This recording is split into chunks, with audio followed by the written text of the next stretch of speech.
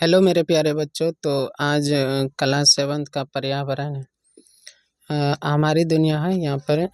Class 7 का हमारी दुनिया अध्याय 6 का हमारा पर्यावरण का क्वेश्चन और आंसर कराने जा रहे हैं, प्रश्न और उत्तर कराने जा रहे हैं। तो चलिए वीडियो को स्टार्ट करते हैं।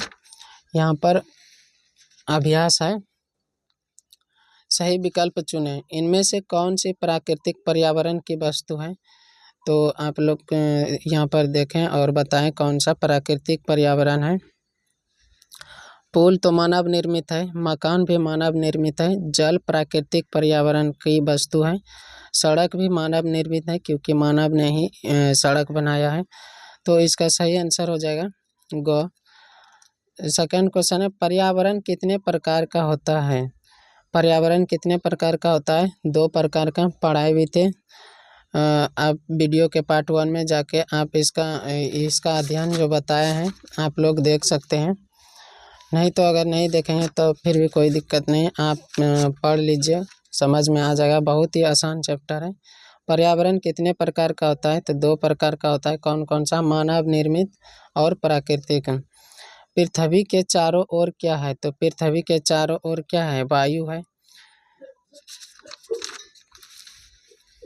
अब नेक्स्ट क्वेश्चन है, खाली जगहों को भरिए। पेड़ पौधे एवं जीव में मिलकर प्राकृतिक पर्यावरण बनाते हैं। कौन सा पर्यावरण बनाते हैं? प्राकृतिक पर्यावरण बनाते हैं।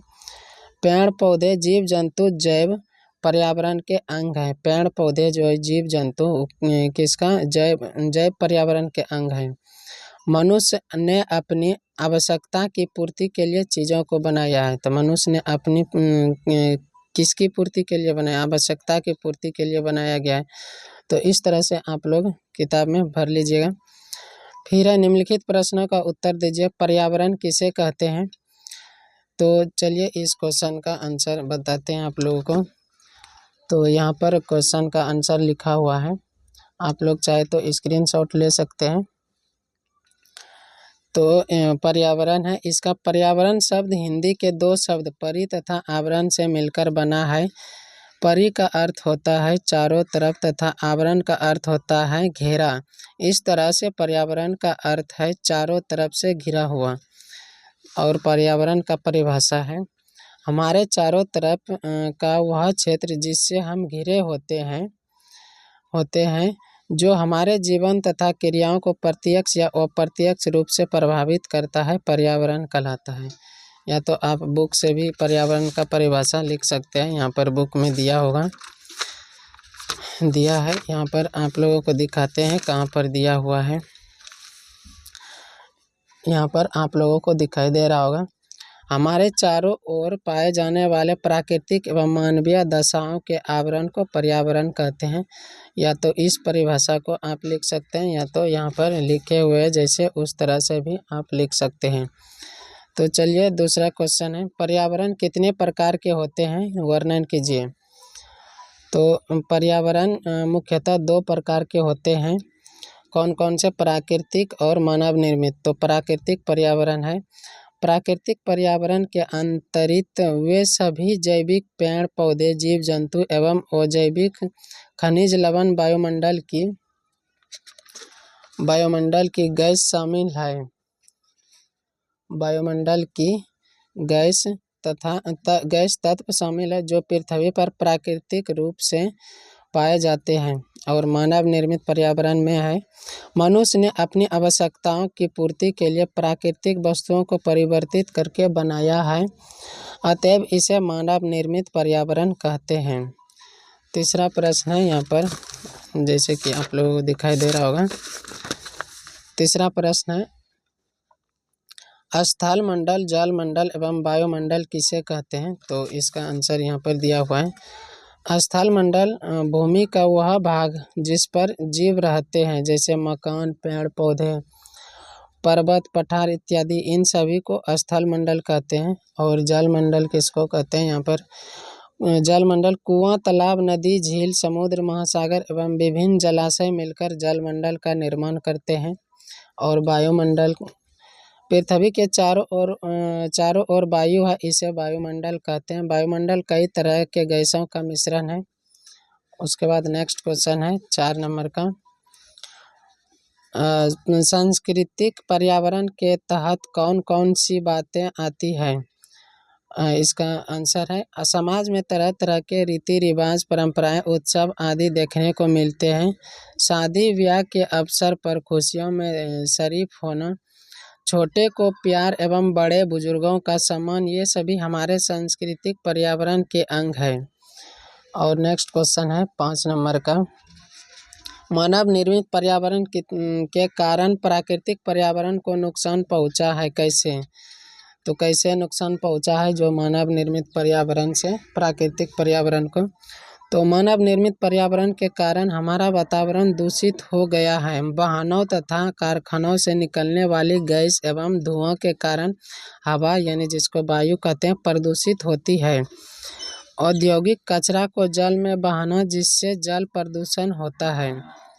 नेक्स्ट क्वेश्चन है 6 नंबर का, किन घटनाओं से सांस्कृतिक पर्यावरण को क्षति होती है। इसका आंसर है, जब हम अपने रीति रिवाज, परंपराओं और अपने संस्कारों को नज़रअंदाज करते हैं, उसका सम्मान नहीं करते हैं, तब हमारे सांस्कृतिक पर्यावरण की क्षति पहुंचती है।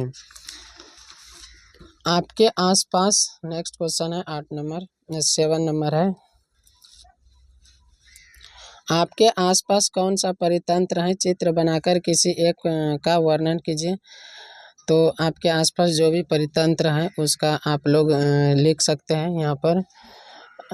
मेरे घर के पास तालाब है, जो एक परितंत्र का उदाहरण है। हमारे आसपास स्थलीय परितंत्र है। इस परितंत्र में पेड़ पौधे, कुआं, चापाकल, सड़क, भवन, विद्यालय, खेत खलियान है। तो आपके पास जो भी परितंत्र है उसको आप लिख सकते हैं। तो 8 नंबर क्वेश्चन है, हम किन उपायों को अपनाकर पानी के खर्च को कम कर सकते हैं।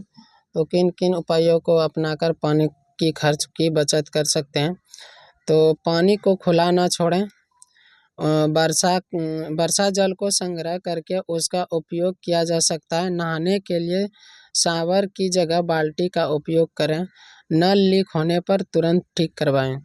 ये सारी चीज़ें लिख देनी है। और क्वेश्चन नंबर 9 में है, पर्यावरण को नुकसान पहुंचाकर हम अपने जीवन संकट में डाल रहे हैं, कैसे। पर्यावरण को जो है नुकसान पहुंचाकर हम अपने जीवन को कैसे नुकसान पहुंचा रहे, तो वही लिखना है। उत्तर है, वाहनों और कारखानों से निकलने वाली गैस और धुआं से वायु प्रदूषण होता है, जो हमारे लिए हानिकारक। जल प्रदूषण से भी कई बीमारियां होती है। वृक्षों की कटाई से जनसंख्या वृद्धि, शहरीकरण के कारण भी मानव जीवन प्रभावित होता है। तो इतना सारा क्वेश्चन था। आप लोग चाहे तो फिर से एक बार देख सकते हैं। यहाँ पर दिखाने की कोशिश कर रहे हैं हम।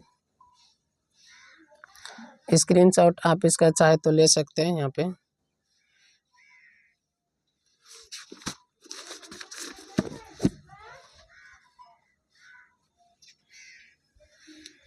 आप लोग स्क्रीनशॉट लेते जाइए, हम दिखाने का कोशिश कर रहे हैं।